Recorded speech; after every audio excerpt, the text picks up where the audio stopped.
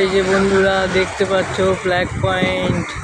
এখানে নেতাজি সুভাষচন্দ্র প্রথম ভারতের জাতীয় পতাকা উত্তোলন করেছিলেন। কত সুন্দর জায়গা দেখো। এখানে তার স্মৃতির উদ্দেশ্যে এখানে বানিয়ে রাখা হয়েছে জনসাধারণের দেখার জন্য।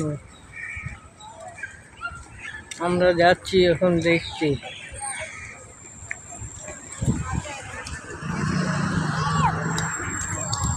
কাছের থেকে তোমাদের দেখাবো। অনেক টুরিস্ট এসছে।